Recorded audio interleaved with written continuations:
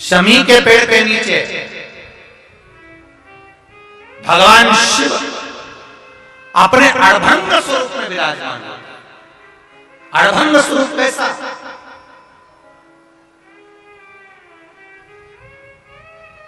हम क्यों कहते हैं कि आप लोगों को भी पहले कहा, शमी का जो पत्ता होता है, देखा है शमी का जो पत्ता होता है, हम पहले भी कथा में कहा है, जो व्यक्ति मदिरा में डूबा रहता है, नशे में डूबा रहता है, जो व्यक्ति बहुत ज्यादा मात्रा में ये तंबाकू गुटखा या पाउच आदि खाता रहता है और उसका गुटखा पाउच छूटने को ही तैयार नहीं होता, वो बेचारा प्रयास करता है, ऐसा नहीं कि नहीं करता। आजकल के जमाने में तो कितनी बड़ी बड़ी बीमारी होने लगी, कैंसर जैसा रोग होने लगा, तो वो छोड़ना चाहता है, ऐसा नहीं कि नहीं छोड़ना चाहता। हर व्यक्ति चाहता है कि मैं व्यसन को छोड़ दूं, पर थोड़े दिन छूटता है, वापिस वो उस व्यसन में लग जाता है। तो हम पहले भी इस कथा को कहे, शमी के वृक्ष के नीचे शमी के मिट्टी का शिवलिंग बनाकर, शमी के वृक्ष के नीचे शमी की ही मिट्टी का शिवलिंग बनाकर उस पर जो बेलपत्र समर्पित करता है और शमी पत्र समर्पित करता है, वो बेलपत्री को उठाकर ले आता है, शमी पत्र के साथ में शिवलिंग की पूजन करी हुई शिवलिंग का विसर्जन कर देता है। उसी दिन उस बेलपत्र को, लाए हुए बेलपत्र को जो शमी पेड़ के नीचे पूजन कर कर बनाया गया है, उस बेलपत्र को जो नशा करने वाला व्यक्ति होता है, उसको 3 दिन तक लगातार पहली पत्ती बीच की, दूसरी पत्ती राइट की, तीसरी पत्ती लेफ्ट की, जो एक एक कर कर 3 दिन तक खिला देता है, 3 या 4 बार अगर प्रयोग कर लिया तो ये निश्चित है दूसरी बार वो नशे में धुत नहीं होगा, ये निश्चित। शमी वृक्ष जो शंकर भगवान का अड़भंग स्वरूप जहां विराजमान,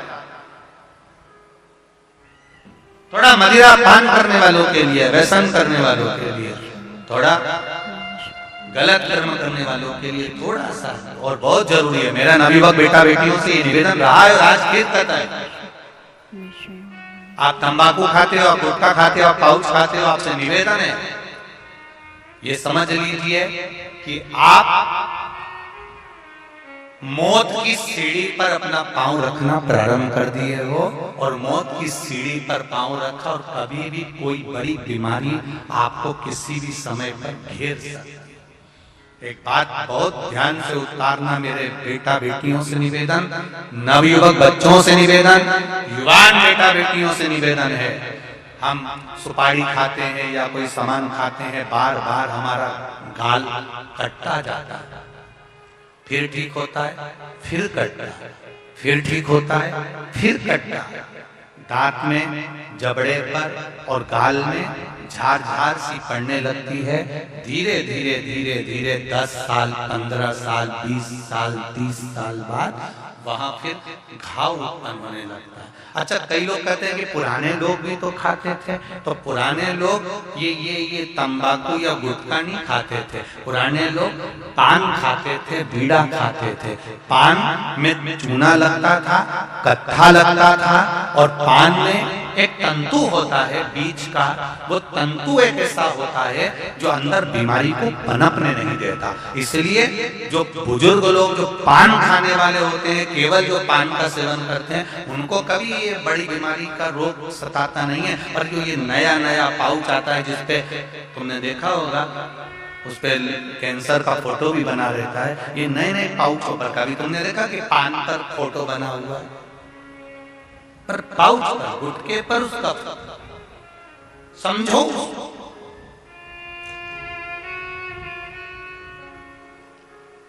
तो कौन से वृक्ष के नीचे पूजन करना है?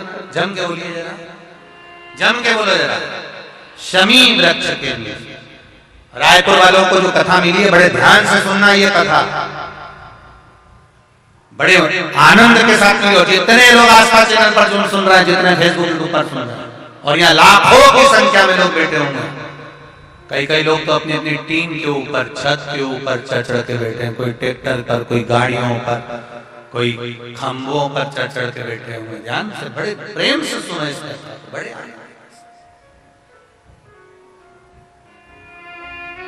शमी पत्र का वृक्ष, श्रमेश्वर महादेव, जो व्यक्ति पथभ्रष्ट होता है, जैसे मदिरा के नशे में पड़ गया, कहीं जुए में पड़ गया, कहीं मांसाहार में पड़ गया, कहीं व्यसन में पड़ गया, कहीं गलत काम में अगर कोई जा रहा है, तो श्रमेश्वर महादेव के नाम से काली तिल भगवान शिव को समर्पित करी जाती है। महाराज काली तिल को वापस उठाकर ले आते हैं। उसी काली तिल को जो मदिरा का नशा करने वाला होता है या जो गलत व्यसन में डूबा हुआ होता है, उसको वो सुबह के समय अगर नहीं खाता तो भोजन के साथ उसको दिया जाए। श्रमेश्वर महादेव।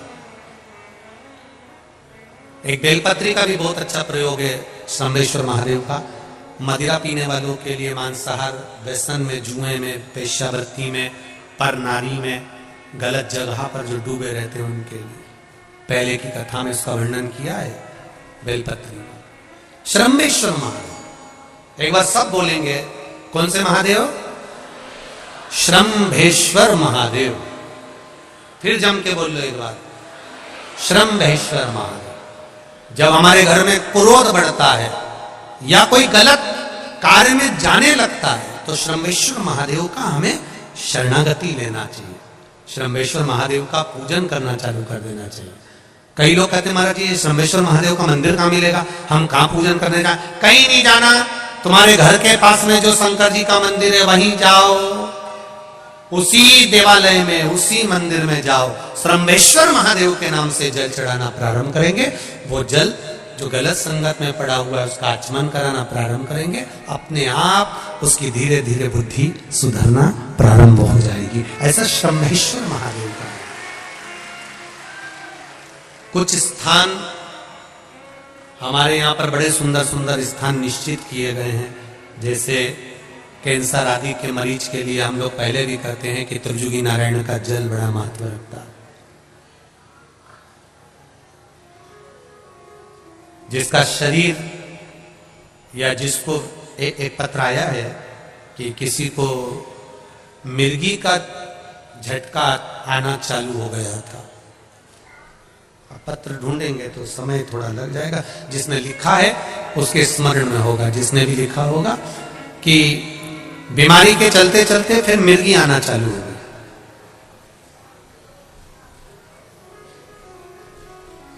जिसने भी लिखा है वो दोनों हाथ एक बार हिला देना, जिसके लिए भी लिखा हुआ वो इतना ध्यान नहीं आ रहा।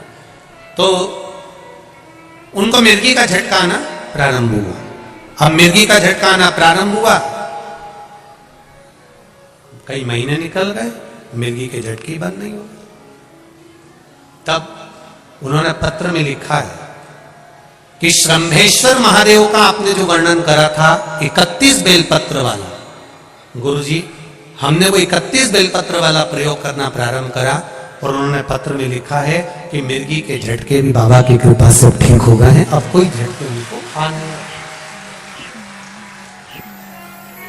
श्रमेश्वर महादेव का जो वर्णन है, श्रमेश्वर महादेव का जो गुणगान है, ये कोई साधारण नहीं है।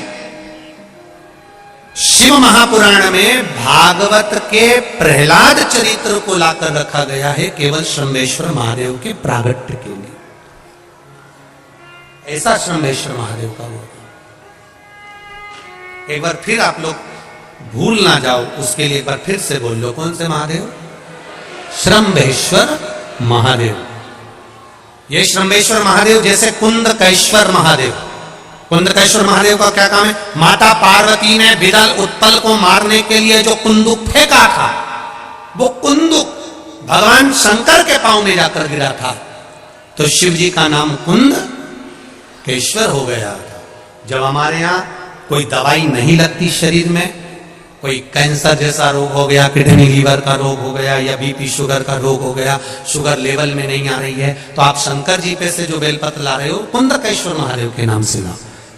दवाई खाओ, डॉक्टर को दिखाओ, सारी जांचें कराओ, डॉक्टर के अनुसार चलो, डॉक्टर जैसा बताए वैसा करो, पर उस दवाई को भी शिव जी से कहकर कि बाबा कुंदकेश्वर महादेव का नाम लेकर उस दवाई को भी हम कुंदकेश्वर महादेव का प्रसाद समझकर पाना प्रारंभ करो, धीरे धीरे आराम लगना प्रारंभ होगा।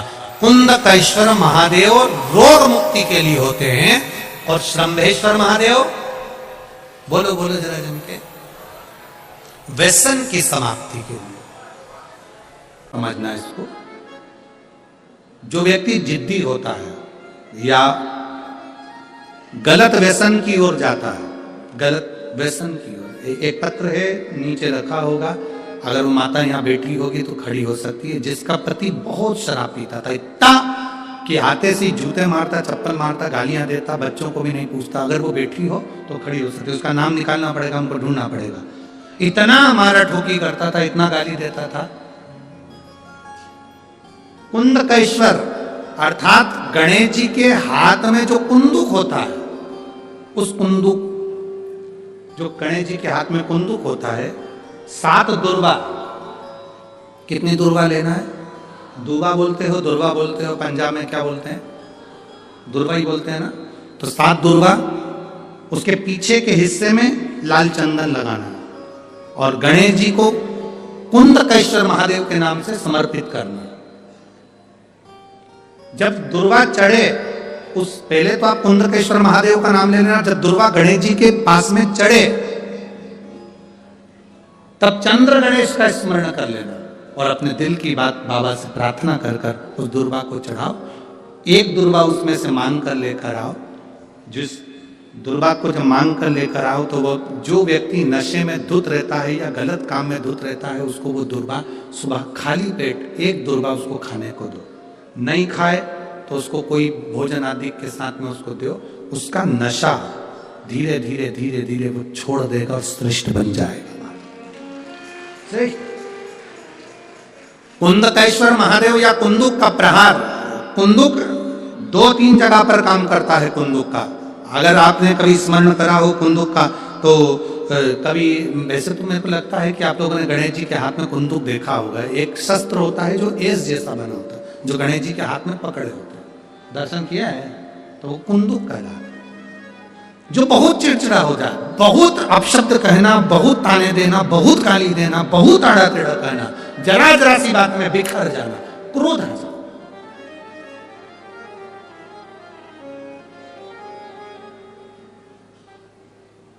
श्वेत पुष्प, एक लोटा जल चढ़ाने का मतलब है कि आप जब अपना हाथ आगे बढ़ाकर शंकर के शिवलिंग पर जल चढ़ाओगे, जब अपना हाथ आगे बढ़ा दोगे, जब अपना हाथ शंकर को पकड़ा दोगे, एक लोटा जल के बहाने ये हमारा हाथ शंकर के ऊपर जाता है, तो ऊपर नहीं जाता। मेरे ओघड़दानी जल चढ़ते से ही अपने शिव भक्त का हाथ पकड़ लेते हैं और उसे कहीं गिरने नहीं देते, उसे कहीं गिरने नहीं देते।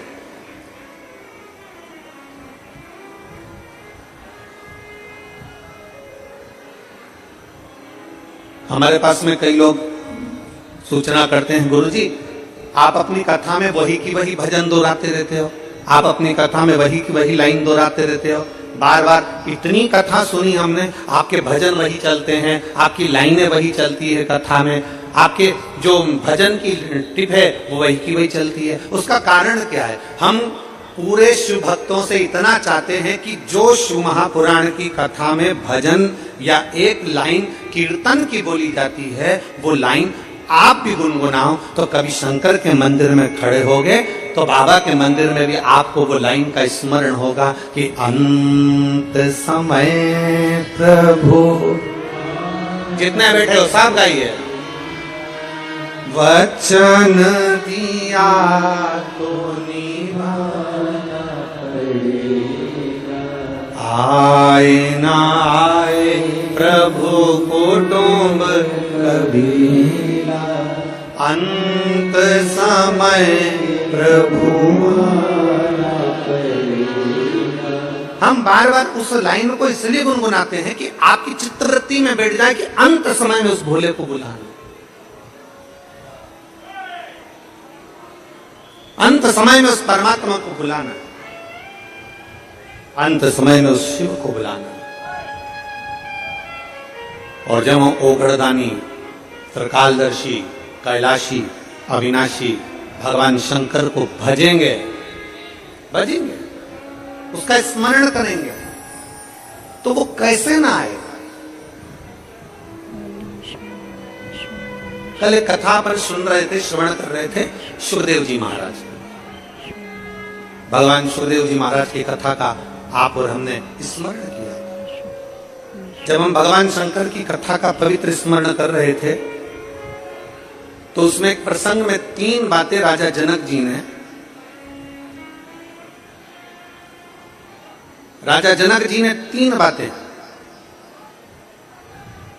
श्री सुखदेव जी महाराज से कही।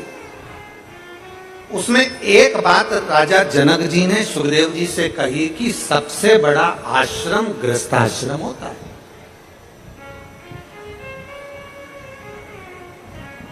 दुनिया का सबसे बड़ा आश्रम गृहस्थाश्रम है। साधु बनना सरल है, सन्यासी बनना सरल है, तपस्वी बनना सरल है, साधक बनना सरल है, उपासक बनना सरल है, पर अपने घर में, अपने परिवार में, अपनी पत्नी, अपने पति, अपने बच्चे, अपने भाई, अपने बंधु, अपने सखा, अपने मित्र, अपने दोस्त और अपने अपनों के साथ में घर में रहना बड़ा कठिन है।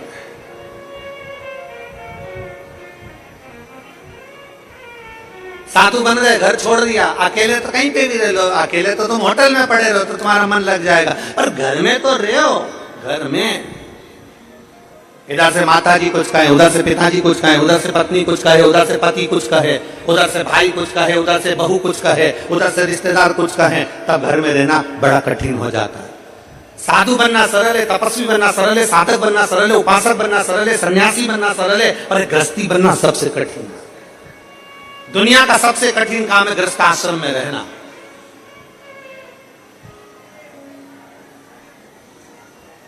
और जितने सन्यासी थे, जितने तपस्वी थे, जितने साधक थे, उन्हें भगवान बहुत बाद में मिला। जो गृहस्थी थे उनको भगवान जल्दी मिल गए। मीराबाई गृहस्थी थी, पति परिवार के साथ रहती थी, गिरधर गोपाल मिल गए। कर्माबाई भगवान मिल गए। नामदेव जी भगवान मिल गए। संत तुकाराम जी भगवान मिल गए। मुक्ताबाई भगवान मिल गए। बड़ी सरलता से रामकृष्ण परमहंस भगवान मिल गए। गृहस्थ आश्रम एक ऐसा आश्रम है जिसमें रहकर आप अगर भगवान को एक क्षण भी पुकार रहे हो तो भगवान आपको प्राप्त।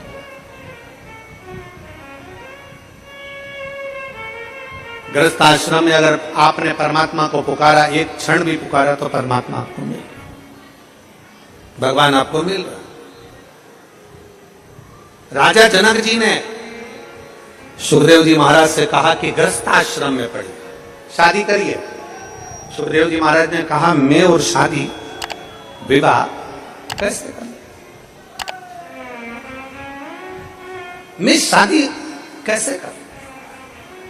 नहीं, शादी तो करना पड़ेगा, गृहस्थाश्रम में पढ़ना पड़ेगा, तो मैं किससे शादी करूं? सुखदेव जी महाराज ने पूछा राजा जनक जी से, आप मेरे गुरु हो, आप आज्ञा करिए कि मैं विवाह किससे करूं? इतने में राजा जनक जी ने कह दिया, जन्म, मरण और परण।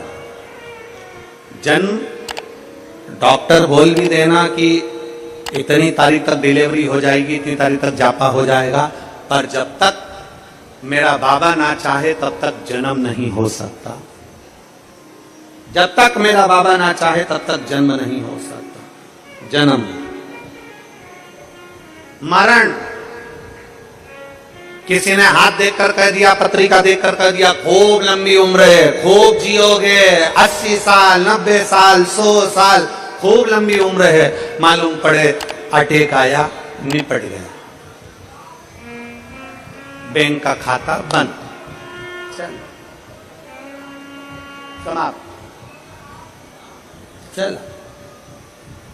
अब तो किसी ने, महाराज जी तुमने तो पत्रिका देखकर कहा था कि उम्र बहुत है, तुमने हाथ देखकर कहा था कि उम्र बहुत है, और ये तो अटैक आए और चले गए। और किसी किसी को डॉक्टर ने कह दिया कि इसकी अंतिम सांस चल रही है, इसको घर ले जाओ। उसको घर ले गए, 4 बार गोबर से लीप के नीचे सुला दिया तो भी प्राण नहीं छूटे। वो जैसी की जैसी थी, वो जैसा की जैसा ही था, मरा ही नहीं। जन्म, मरण, और तीसरे नंबर पर है